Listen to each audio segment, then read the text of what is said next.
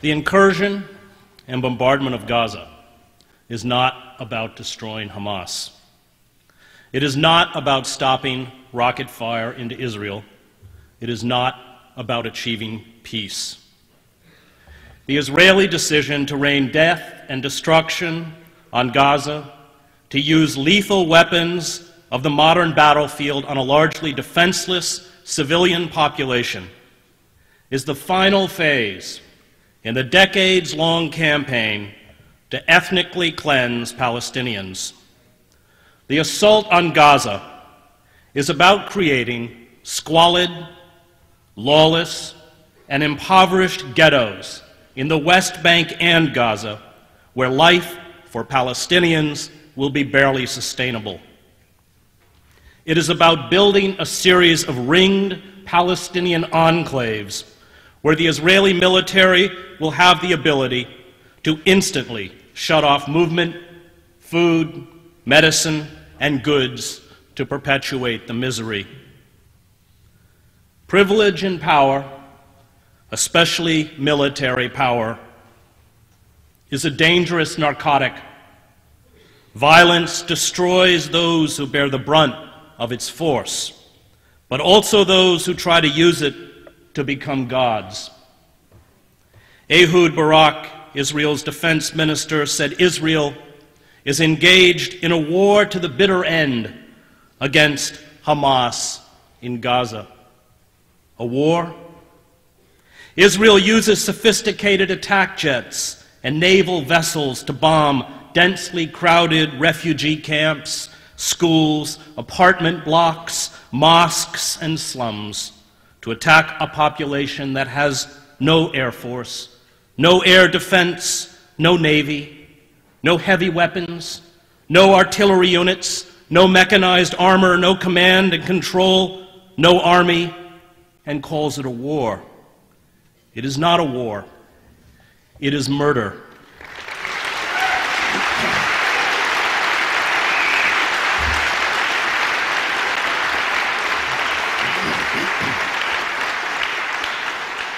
The images of dead Palestinian children lined up as if asleep on the floor of the main hospital in Gaza are a metaphor for the future. Israel will from now on speak to the Palestinians in the language of death, and the language of death is all the Palestinians will be permitted to speak back. The use of terror and hunger to break a hostile population is one of the oldest forms of warfare. I watched the Bosnian Serbs employ the same tactic when I was in Sarajevo. And I also watched the Bosnian Serbs, like the Israelis, attempt to justify their systematic destruction of the city with thousands of dead and wounded on a few paltry Muslim mortars and light arms fire. Those who orchestrate such sieges do not grasp the terrible rage born of long humiliation, indiscriminate violence, and abuse. A father or a mother whose child dies because of a lack of vaccines or proper medical care does not forget. A boy whose ill grandmother dies while being detained at an Israeli checkpoint does not forget. Families who carry the broken bodies of their children to hospitals do not forget. All who endure humiliation, abuse, and the murder of those they love do not forget. This rage becomes a virus within those who eventually stumble out into the daylight. Is it any wonder that 71% of children interviewed at a school in Gaza recently said they wanted to be a martyr? Militant movements feed off of martyrs, and Israel is delivering the maimed and the dead by the truckload. Hamas fighters armed with little more than light weapons, a few rockets, small mortars, are battling one of the most sophisticated military machines on the planet.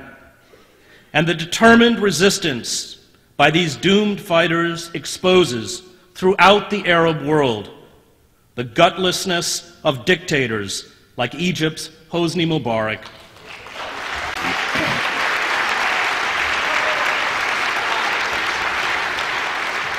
who refuses to open Egypt's common border with Gaza despite the slaughter. Israel, when it bombed Lebanon 2 years ago, sought to destroy Hezbollah. By the time it withdrew, humiliated, it had swelled Hezbollah's power base and handed it heroic status throughout the Arab world. And Israel is doing the same for groups like Hamas. The refusal by our political leaders, from Barack Obama to all but 5 members of Congress, to the major media, to speak out in defense of the rule of law and fundamental human rights exposes our cowardice and our hypocrisy.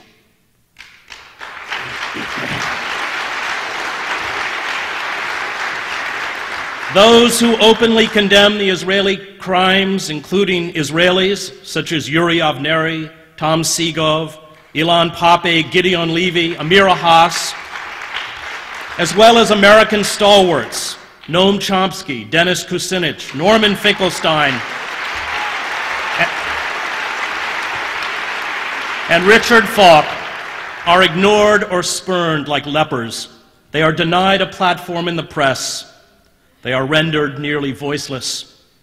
Falk, the UN Special Rapporteur for Human Rights in the occupied territories, and a former professor of international law at Princeton, was refused entry into Israel in December, detained for 20 hours, and deported.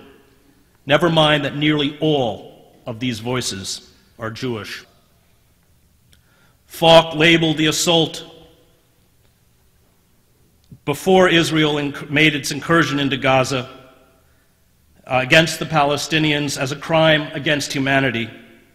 He reminded us that under international law, collective punishment of the Palestinians in Gaza is a flagrant and massive violation of international humanitarian law as laid down in Article 33 of the Fourth Geneva Convention.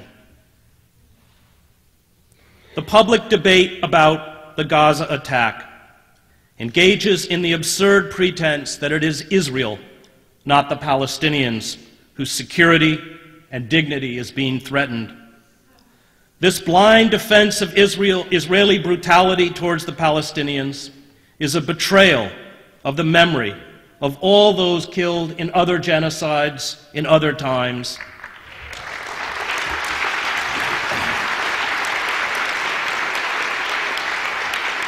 From the Holocaust to Cambodia to Rwanda to Bosnia, the lesson of the Holocaust is not that Jews are special.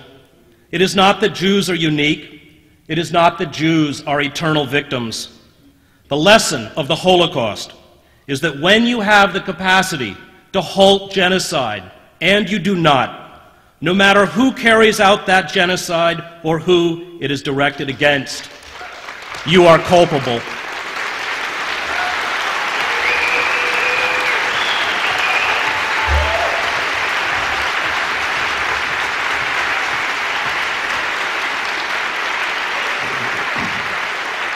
And we are very culpable.